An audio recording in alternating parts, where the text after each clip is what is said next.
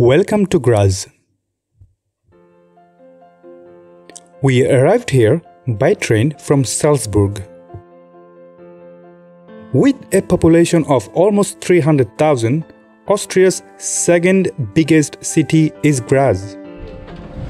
Did you know it is the birthplace of Arnold Schwarzenegger? That's right, our favorite Arnie.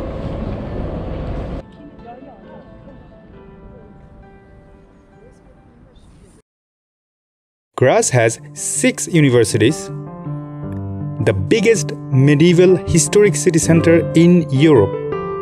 It is also a UNESCO World Heritage Site. It has a lively cabaret and a comedy sense, outstanding restaurants and bars, casino, and Grazer Mass Trade Fair Center,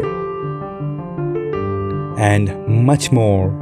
If you are first time in GRAZ, a must-do for every first-time visitor to GRAZ is climbing Schlossberg Hill and seeing the city's famous a century-old clock tower up close, and the city from above, because from there you can have a beautiful and phenomenal panoramic view. The hill is full of secret tunnels from the World War II. I have heard that this was a favorite city of Adolf Hitler. Therefore, the Allies bombed this city quite a bit. There is a funicular leads up to Schlossberg, the town hill, which is very convenient. Or you can climb up there on foot. Across the river Mur, futuristic Kunsthaus GRAZ exhibits contemporary art. It's also very weird looking. We spent here a really nice, good, complete day, which was very wonderful, and definitely loved the city center, which has quite a bit of style of Italian. After spending a good time, we headed to the Slovenian capital, Ljubljana. Now let's take a look at some photos. The following photos were taken with Fuji X-A20 edited in Silky Pix Developer Studio Pro with Acros Film Simulation. Enjoy!